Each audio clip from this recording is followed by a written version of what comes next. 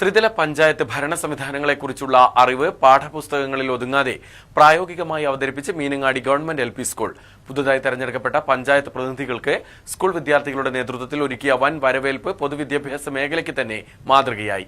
പുതിയ അധ്യയന വർഷത്തെ അഡ്മിഷൻ ഫെസ്റ്റും മീറ്റിംഗും പൂർണ്ണമായും നിയന്ത്രിച്ചതും അവതരിപ്പിച്ചതും കൊച്ചുകുട്ടികൾ തന്നെയായിരുന്നു.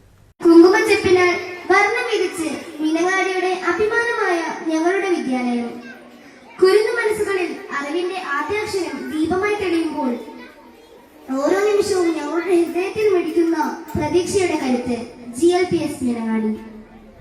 ഒരു പള്ളിക്കൂടം എന്നതിനപ്പുറം കലയും സംസ്കാരവും പടുത്തുയർത്തി സാമൂഹിക സാംസ്കാരിക മേഖലയിൽ മികവ് തെളിയിച്ച ഈ വിദ്യാലയം നമ്മുടെ നാടിന്റെ സ്വകാര്യ അഭിമാനമായി മാറിക്കഴിഞ്ഞിരിക്കുന്നു. അധ്യാപകരും PTA-യും കാഴ്ചക്കാരായി മാറിയപ്പോൾ അതിഥികളായി എത്തിയ ഗ്രാമപഞ്ചായത്ത് അംഗങ്ങളെ കയ്യിലെടുത്ത് കുരുന്നുകൾ. സ്വകാര്യ എയ്ഡഡ് മേഖലയിലെ സ്കൂളുകളെ പോലും വെല്ലുന്ന പ്രവർത്തന മികവാണ് മീനങ്ങാടി GLP സ്കൂളിനെ വേറിട്ടതാക്കുന്നത്. പഠനത്തിനൊപ്പം പാഠ്യേതര മേഖലകളിലും മുന്നിട്ട് നിൽക്കുന്ന ഈ പൊതുവിദ്യാലയത്തിലേക്ക് പുതിയ അധ്യയന വർഷത്തേക്കുള്ള അഡ്മിഷനായി ഇപ്പോൾ തന്നെ വലിയ ആവശ്യം ഉയർന്നു കഴിഞ്ഞു. അഡ്മിഷൻ ഫസ്റ്റ് ഗ്രാമപഞ്ചായത്ത് പ്രസിഡന്റ് ഷീജ സുരേഷ് ഉദ്ഘാടനം ചെയ്തു. നമുക്കറിയാം, നമ്മുടെ മീനങ്ങാടി LP സ്കൂളില് ഒരുപാട് കുട്ടികൾ എവിടെയുണ്ട്. അപ്പൊ ഈ അമ്മമാരെല്ലാവരും രാവിലെ കൊണ്ടുവിടുമ്പോൾ കരഞ്ഞ് ബാക്കിലേക്ക് പുറകെ അവരെ കൂടെ ഓടിപ്പോകുന്ന ഒരു അവസ്ഥ ഉണ്ടായിട്ടുണ്ട്.